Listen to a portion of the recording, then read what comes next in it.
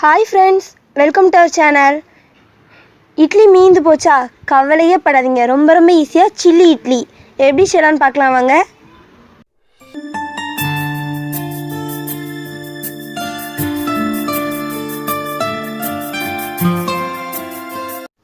Chilli idli பண்றதுக்கு தேவையான ingredients நாங்க இன்னைக்கு 5 இட்லி எடுத்துர்க்கோம். 4 பெரிய வெங்காயம், 2 தக்காளி, இது எல்லாமே நம்ம கட் பண்ணி எடுத்துக்கலாம்.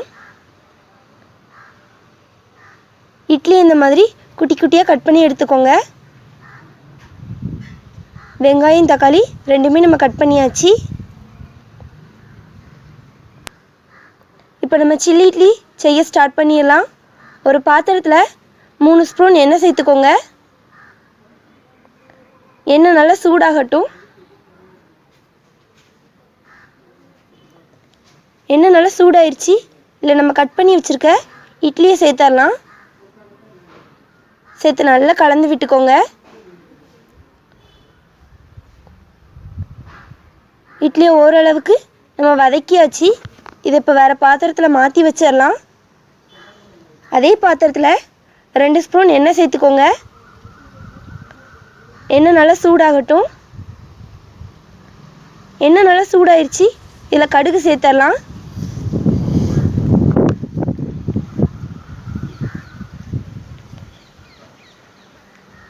இப்போ இதில் நம்ம கட் பண்ணி வச்சுருக்க வெங்காயத்தை சேர்த்துடலாம்.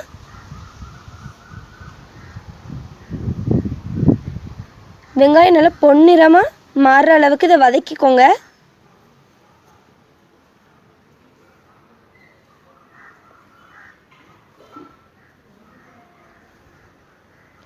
ஒரு கைப்பிடி அளவு கருவேப்பிலை சேர்த்துடலாம். சேர்த்து நல்லா கலந்து விட்டுக்கோங்க.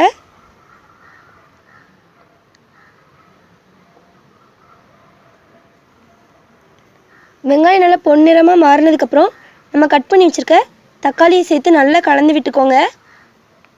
தக்காளி நல்லா வதங்கட்டும். தக்காளி நல்லா வதங்கிருச்சு. இல்லை நம்ம மசாலா தூள் ஆட் பண்ணிடலாம்.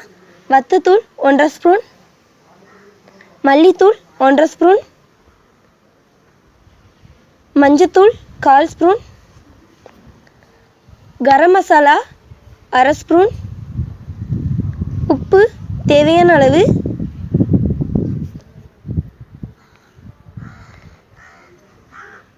சேர்த்து நல்லா கலந்து விட்டுக்கோங்க.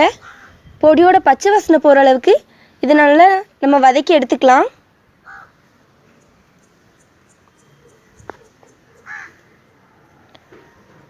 பொடியோட பச்சை வாசனை போயிடுச்சு. இதில் நம்ம வறுத்து வச்சுருக்க இட்லியை சேர்த்து நல்லா கலந்து விட்டுக்கலாம். இந்த மாதிரி நல்லா மிக்ஸ் பண்ணிக்கோங்க.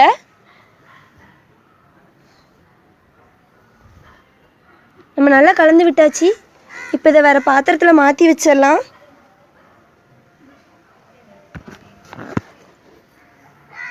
பாருங்கள் ஃப்ரெண்ட்ஸ், நம்மளோட சில்லி இட்லி நல்லா ஈஸியாக ரெடி ஆயிடுச்சுன்னு. ரொம்ப ஈஸியாக செய்யலாம். டேஸ்ட்டு சூப்பராக இருக்கும். நீங்களும் செஞ்சு பாருங்கள். இந்த வீடியோ உங்களுக்கு பிடிச்சிருந்தா தாயம்மா சமையலுக்கு சப்ஸ்கிரைப் பண்ணுங்கள், லைக் பண்ணுங்கள், ஷேர் பண்ணுங்கள், கமெண்ட் பண்ணுங்கள். தேங்க்யூ.